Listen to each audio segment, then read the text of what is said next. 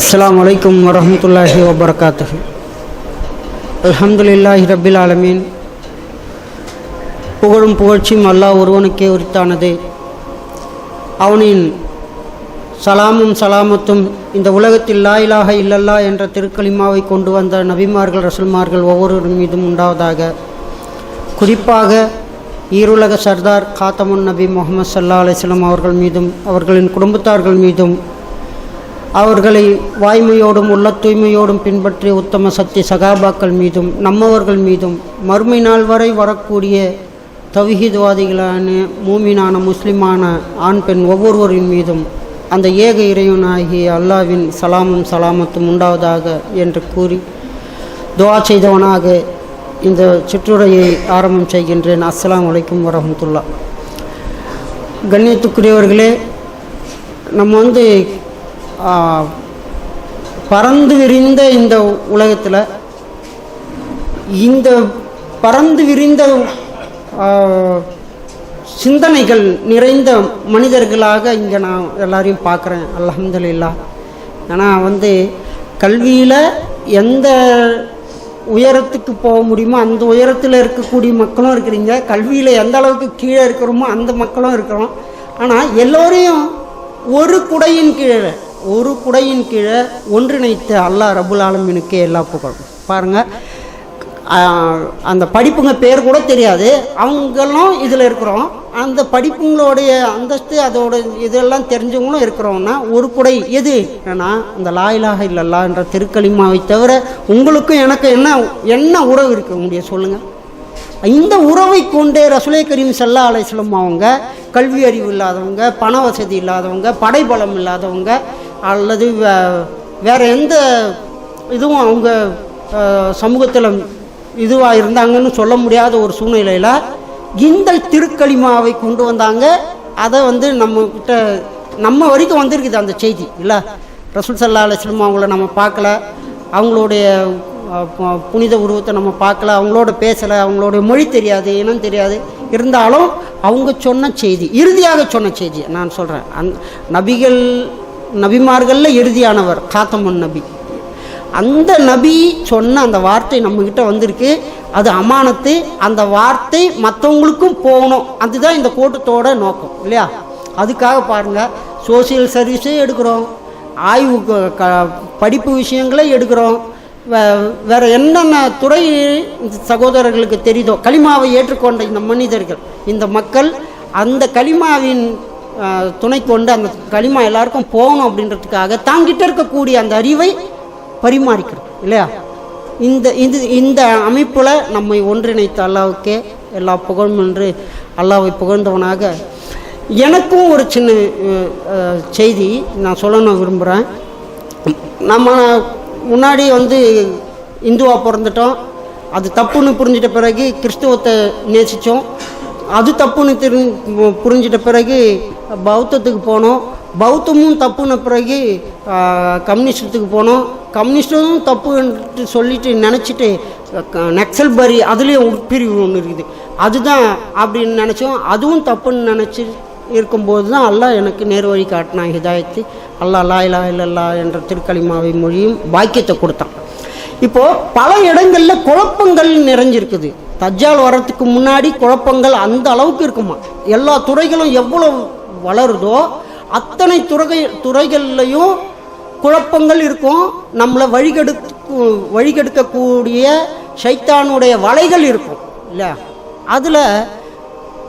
அதில் ஒரு வலை நான் பார்க்குறது என்னென்னா, கிறிஸ்தவத்தை நான் பார்க்குறேன். நான் கிறிஸ்தவத்தில் 6 ஆண்டுகள் அந்த சகோதரர்களோடு இணைஞ்சிருந்த அந்த மிஷினரிங்களோடு சேர்ந்து அங்கே தாவா பண்ணி அங்கே கிறிஸ்தவத்தை முன்னிறுத்தக்கூடிய ஒரு விஷயத்தை செய்துக்கிட்டு இருந்தோம். என்ன கண்ணியத்துக்குரியவர்களை, பெரிய விஷயம் என்னென்னா, அவங்க செய்கிறது எல்லாமே ரசூலே கரீம் ஸல்லல்லாஹு அலைஹி வஸல்லம் அவங்க காட்டின விஷயம் மாதிரி தான் தெரியும். ஆனால் அதில் குழப்பம் இருக்கும். அன்பு அவங்க முன்னிறுத்துறாங்க அப்படின்ட்டு எல்லாரும் நம்ம அப்படி தான் சொல்லுவோம். ஒரு கன்னத்தில் அறைந்தால் மறு கன்னத்தை காட்ட சொல்லி ஈசா அலைஹிஸ்ஸலாத்து வஸ்ஸலாம் அவங்க சொன்னாங்க தான் பைபிளில் இருக்கிறதா சொல்லிக்கிட்டு இருப்பாங்க.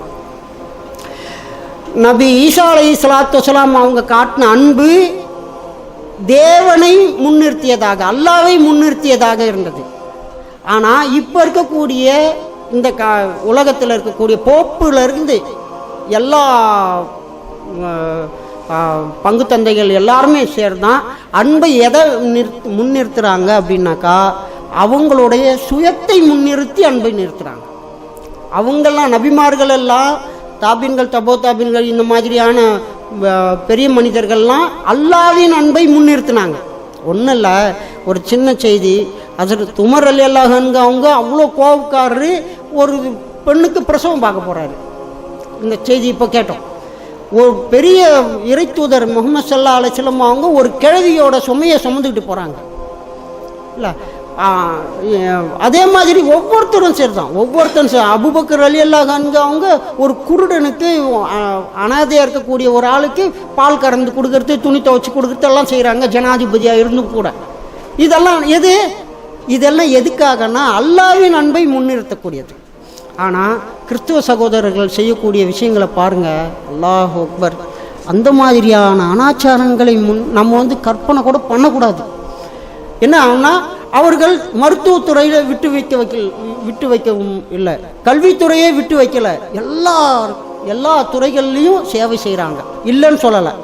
இதில் நம்ம கிட்ட இருக்கக்கூடிய 90% பேருக்கு மேலே கிறிஸ்துவர்களுடைய மிஷினரியில் உதவி பெறாமலோ அல்லது அவங்களுடைய சாயலில் நம்ம பயன்பெறாமலோ இருந்திருக்க முடியாதுன்னு நான் திட்டவட்டமாக சொல்ல முடியும். இந்தியாவை பொறுத்த வரைக்கும் அவர்கள் செய்த பணிகள் மகத்தானது. ரசூலை கரீம் ஸல்லல்லாஹு அலைஹி வஸல்லம் அவங்க சொல்கிறாங்க, மனிதர்களுக்கு நன்றி செலுத்த தெரியாதவங்க ரஹ்மானுக்கு நன்றி சொல்ல தகுதி இல்லாதவங்கன்றாங்க.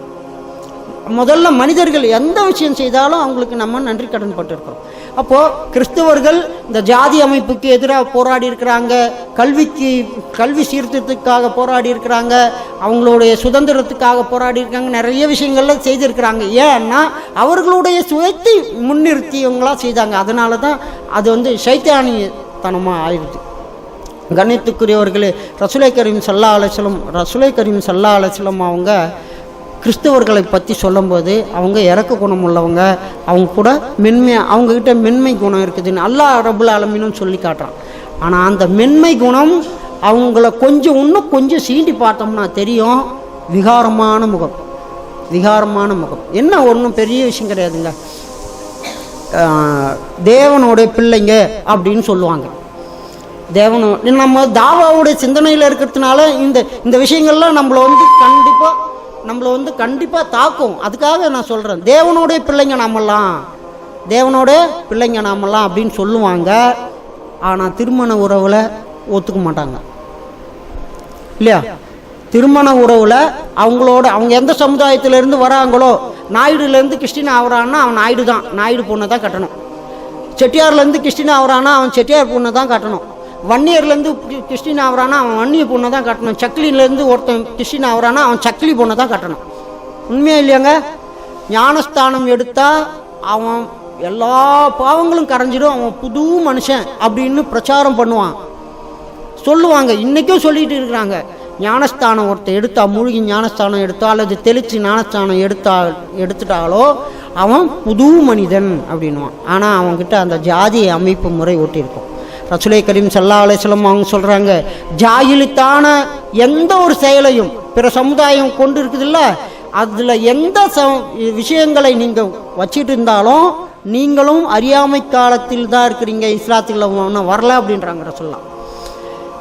நாங்கள் பிறர் எதை பின்பற்றுகிறார்களோ அவர்களை நீங்கள் பின்பற்றினீங்கன்னா என்னை சார்ந்தவர்கள் இல்லை அப்படின்றாங்க ரசூலுல்லாஹ். ரசூல் ஸல்லல்லாஹு அலைஹி வஸல்லம் அவங்கள சாராமல் நாம் நல்ல பயனை நல்ல வழியை அடைய முடியாதுன்றது திண்ணம். அது உறுதியான ஒரு விஷயம்.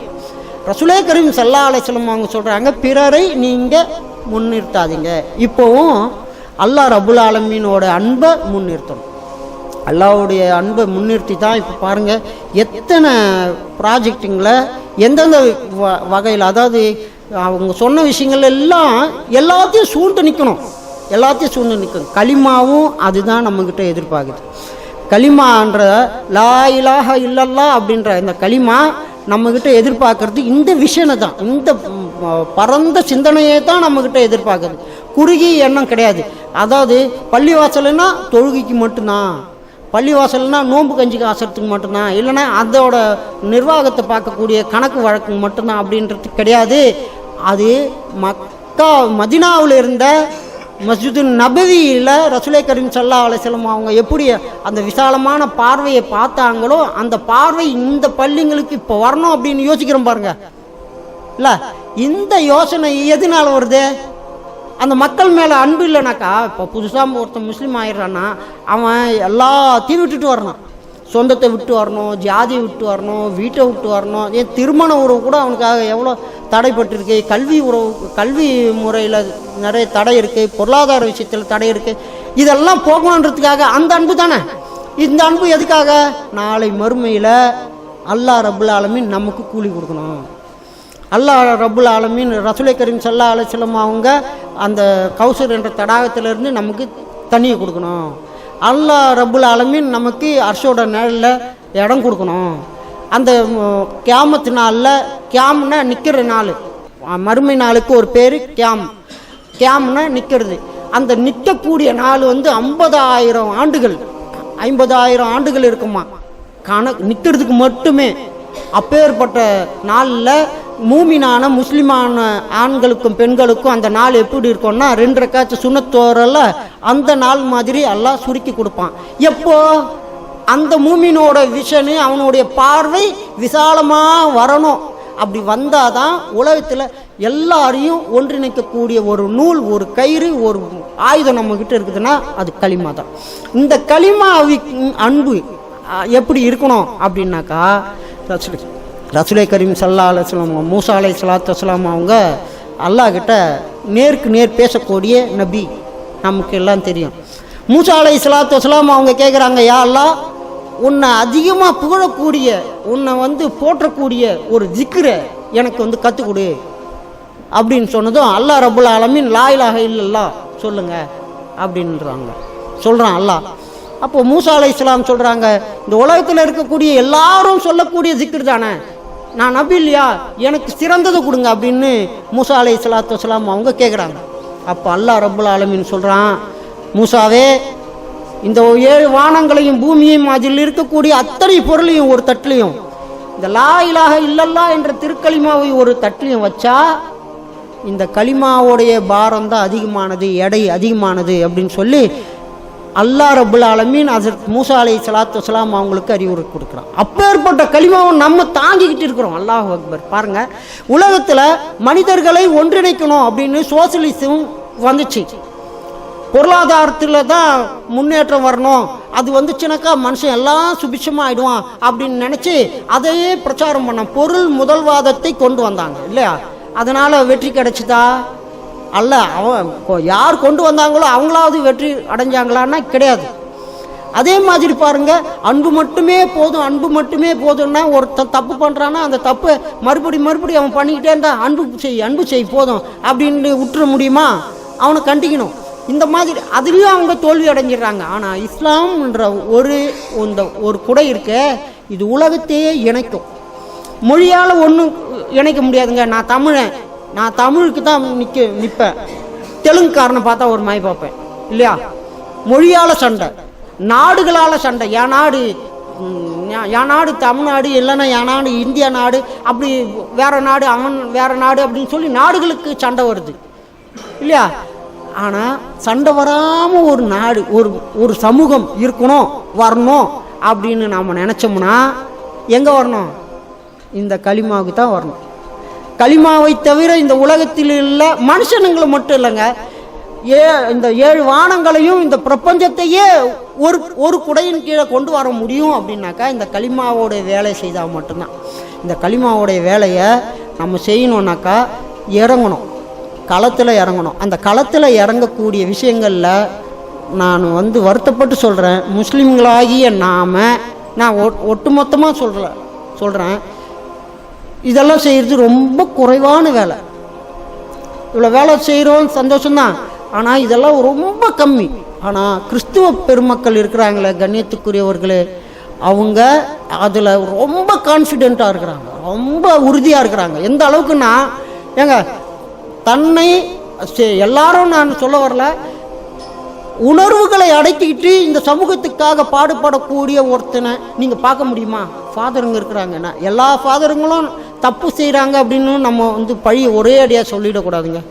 அந்த உணர்வுகளை கட்டுப்படுத்திக்கிட்டு சைக்கிள் கூட போக முடியாது, ஆள் நடந்து போக முடியாது கிராமங்களுக்கெல்லாம் போய் அந்த மக்களுக்கு உதவி செய்து தேவ செய்தியை சொல்லி, அதாவது பைபிளுடைய செய்தியை சொல்லி அவங்களுக்கு கிறிஸ்துவத்துக்கு அழைக்கிறாங்களோ இல்லையோ, ஆனால் சேவை செய்கிறாங்க. இதை நம்ம யாருமே மறுக்க முடியாதுங்க. வட இந்தியாவிலையும் சரி, இந்தியாவிலையும் சரி, உலகத்தில் எந்த மூலையில் இருந்தாலும் சரி, ஒரு தீவு, அந்த தீவில் ஆளே போக மாட்டானுங்க, ஆனால் அந்த தீவில் ஆள் இருக்கிறாங்க. அந்த தீவுகளை கூட இந்த கிறிஸ்துவ ஃபாதருங்களும் சிஸ்டருங்களும் போய் வேலை செய்திருக்கிறாங்க. நம்மளால் செய்ய முடியுமா? அவங்கக்கிட்ட உலகத்தை ஒன்றிணைக்கக்கூடிய கருவி இல்லை. அல்லாஹ்வுடைய செய்தி திரித்து சொல்லிக்கிட்டு இருக்கிறாங்க. திரித்து சொல்லக்கூடிய அந்த மக்களே தன்னுடைய தியாகத்தை வெளிப்படுத்துகிறாங்க. அல்லாஹ் துறவரத்தை விரும்பலை, அதை தடுக்கிறான். நீங்கள் தனியாக இருக்கக்கூடாது, திருமணம் பண்ணுங்க, திருமணம் பண்ணுறது என்னுடைய சுன்னத்து அப்படின்னு ரசூல் ஸல்லல்லாஹு அலைஹி வஸல்லம் அவங்க சொல்கிறாங்க. அது வேறு விஷயம். ஆனால் அதெல்லாம் அர்ப்பணிப்பு. நாம் இஸ்லாத்துக்காக என்ன அர்ப்பணித்தோம் ஒருத்தரும் கேட்டு பாருங்க, நம்மளை, நான் உட்பட. இந்த அர்ப்பணிப்பு எப்போ வருதோ அப்போ தான் மனுஷனை பார்க்கறதுக்கு முடியும் அப்படின்னு கிறிஸ்துவ சகோதரர்கள் நம்புகிறாங்க. அர்ப்பணிப்பு வரலனாக்கா அவங்ககிட்ட வந்து நன்மை எதிர்பார்க்க முடியாது. ரசூலே கரீம் ஸல்லல்லாஹு அலைஹி வஸல்லம் அவங்க அர்ப்பணித்தாங்க. அவங்களுடைய முன்மாதிரியை விட வேறு யாரும் நம்ம எதிர்பார்க்க முடியாது. அபூபக்கர் சித்திக் ரலியல்லாஹு அன்ஹு அவங்க அர்ப்பணித்தாங்க. நிறைய தாபீன்கள், தாபீன்கள், சூஃபியாக்கள்லாம் கூட அர்ப்பணித்து இந்த வேலையை செய்தாங்க. அதனால் அவங்க இன்னைக்கு வரைக்கும் பேசப்படுறாங்க. இன்ஷா அல்லாஹ் மறுமையில் அவங்களுக்கு மிகச்சிறந்த நன்மையை அல்லாஹ் தந்தரல்னு நம்ம துஆ செய்ய கடமைப்பட்டு இருக்கிறோம். அப்போது இந்த திருக்களிமாவை பக்கத்தில் இருக்கிற சுப்ராயனுக்கோ கன்சாமிக்கோ முன்சாமிக்கோ சொல்லணும். அல்லது நம்மளுடைய நடையை பார்த்து இவன் முஸ்லீம், இவன் நல்ல நடையை நடக்கிறான்பா, இவன் நல்ல வார்த்தைங்க பேசுகிறான்பா, இவன் நம்மக்கிட்ட நயமாக பேசிக்கிறான்பா, அதனால் இந்த மாதிரி சமுதாயமாக நாம் இருக்கணும்னு அவன் நினைக்கணும். அந்த அளவுக்கு நம்மளுடைய கொடுக்கல் வாங்கல பேச்செல்லாம் இருந்துச்சுன்னா நம்மக்கிட்ட களிமாவோட வாழ்க்கை இருக்குதுன்னு அர்த்தம். வெறும் பேச்சு வேலைக்கு ஆகாது. வெறும் பேச்சு வேலைக்கு ஆகாது. வெறும் பேச்சியாக மட்டும் பேசிகிட்டு இருந்தாங்கன்னா நம்மக்கிட்ட இந்த திருக்களிமா வந்திருக்காது. இந்த மகத்தான பொக்கிஷம் நம்மக்கிட்ட இருந்துக்கிட்டு கிறிஸ்துவர்கள் வேலை செய்கிறாங்க. எத்தனையோ முஸ்லீம்ங்க என்கிட்ட சொன்னாங்க, முஸ்லீம்கள்லாம் நிறைய பேர் கிறிஸ்டின் ஆகிட்டாங்க, இந்த சென்னையிலையும் ஆகிருக்கிறாங்க, இந்த திருவண்ணாமலையில் இருக்கிறாங்கன்னு சொன்னாங்க. அவன் வந்து என்ன சொல்ல வரனா, ஒரு அம்மா வந்து எங்கள் ஊரில் ஆதிமந்தா கோயில் அப்படின்னு ஒரு கோயில், அந்த கோயிலை வந்து பர்தா போட்டுக்கிட்டு ஒரு அம்மா சுற்றி வராங்களாம், கற்பூரெல்லாம் சூடெல்லாம் காட்டினாங்களாம். என்கிட்ட என் பக்கத்து வீட்டுக்காரம்மா வந்து சொல்கிறாங்க, அக்கா முறை வேணும், எட்டியம்மா அவங்க பேர், அவங்கெல்லாம் சொல்கிறாங்க, என்னடா நீ துளுக்கனாயிட்டேன்ட்டு அல்லாஹ்வை தவிர வேறு யாரும் கும்பிடக்கூடாதுன்னு என்கிட்டலாம் என்னமோ சொல்கிற, நாங்கள் கும்பிட்டு கொடுத்ததுக்கா நீ சாப்பிட மாட்டுற. ஆனால் உங்கள் பாய்மாருங்களில் இதே கருப்பு துணியை போட்டுக்கிட்டு பர்தா போட்டுக்கிட்டு சிலையை சுற்றிட்டு வருது. அக்கா அவங்க சிலையை சுற்றினாங்க, அவங்க உங்கள் ஆளுங்க, அவங்க எங்கள் ஆளுங்க கிடையாது, முஸ்லீம் கிடையாதுக்கா. துணி யாருனாலும் போடலாம், கழுதிக்கு கூட அந்த துணியை போடலாம், இல்லை எதுனாலும் போட்டு எதுனாலும் சுற்றலாம், அதெல்லாம் கிடையாதுங்க. யார் உங்களை சுற்றுறாங்களோ அவங்கக்கிட்ட கொடுக்கோ, அவங்க சாப்பிட்டோம், நாங்கள் சாப்பிட மாட்டோம்க்கா. ஏன் இதை சொல்ல வரேன்னா, நிறைய பேர் சுற்றுறாங்க, முஸ்லீம் என்ற பேர் வச்சுக்கிட்டு தாடி வச்சுக்கிட்டோ அல்லது பர்தா போட்டுக்கிட்டோ செய்கிறாங்கன்னா அது இஸ்லாம் அப்படின்ட்டு மக்கள் நினச்சிக்கிறாங்கல்ல, அதை உடைக்கணும்.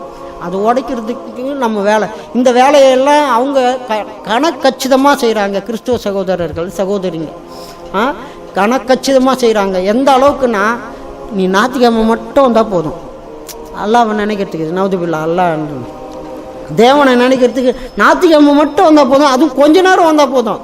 அங்கே என்ன நல்லா பாட்டு பாடலாம், டான்ஸ் ஆடலாம், என்ன நம்ம வேண்டிக்கலாம், அதெல்லாம் இது அற்புதம்லாம் நடக்கும், அற்புதம்லாம் செய்வோம், எதையோ முன்னிறுத்தி. ஆனால் அந்த மக்கள்கிட்ட அவங்க வேலை செய்கிறாங்க, எதையோ முன்னிறுத்தி வேலை செய்கிறாங்க. ஆனால் ஹக்கு நம்மக்கிட்ட இருக்குது, திருக்களிமா நம்மக்கிட்ட இருக்குது, உலகத்தையும் ஒன்றிணைக்கக்கூடிய கயிறு நம்மக்கிட்ட இருக்குது. அதுவும் அருந்து போகாத கயிறு இருக்குது, சோனத்துக்கு போகக்கூடிய கயிறு இருக்குது, நரகத்திலேருந்து பாதுகாக்கக்கூடிய கயிறு இருக்குது. இதை வச்சுக்கிட்டு நம்ம வேலை செய்யாமல் இருக்கிறோம். அந்த வேலை செய்யறதுக்காக தான் கண்ணியத்துக்குரியவர்கள் இந்த மாதிரியான கூட்டங்கள்லாம் இருக்குது.